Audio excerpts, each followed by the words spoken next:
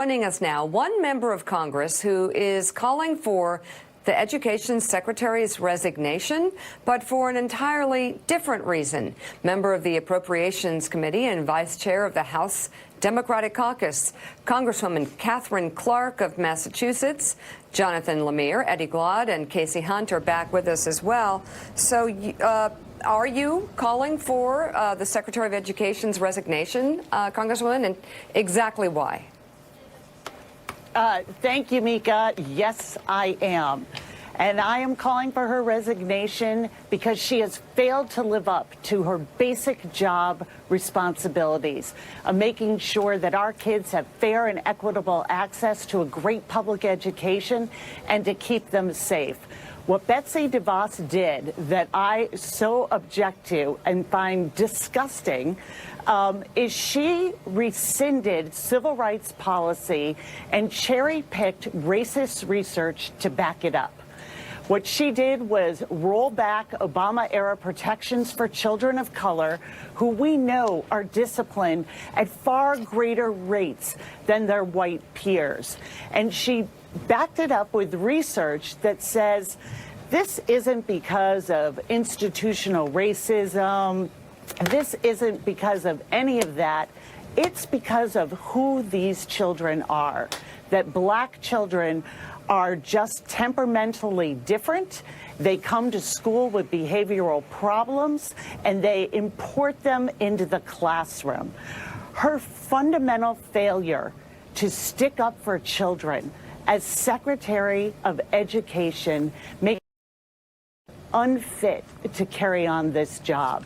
And this is just one glaring and appalling example of many where she has eroded civil rights, sided against students, and a history of conflicts of interest.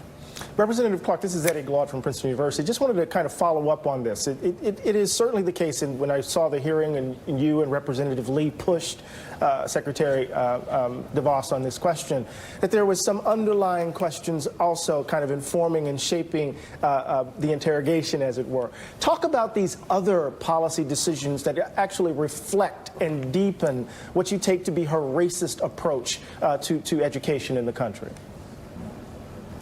You know, what we were focused on is this rescission of Obama-era civil rights protections that said we have to look at these rates of discipline. Why is it that black boys are expelled or suspended at 3 times the rate, black girls at 12 times the rate of their peers? And we know this leads to a school-to-prison pipeline.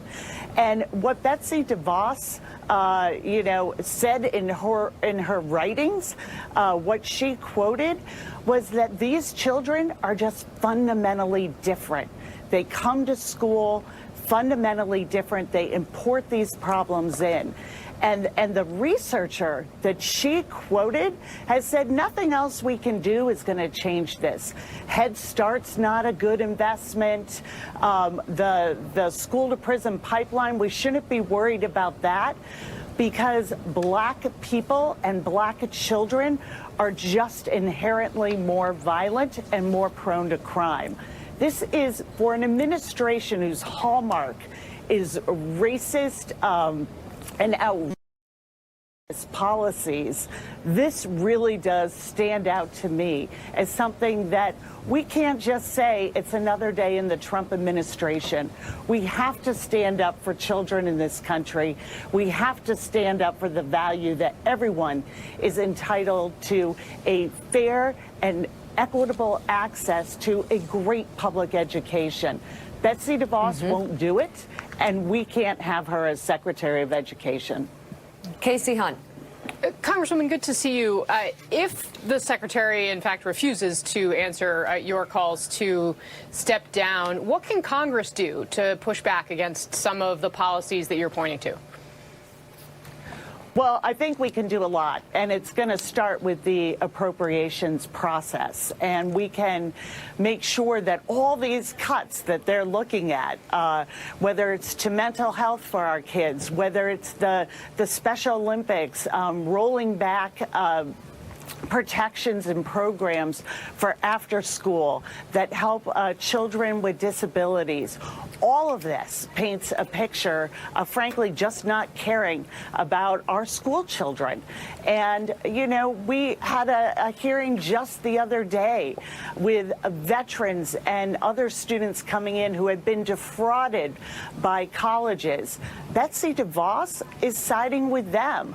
So she needs to resign. We need to be crystal clear about that.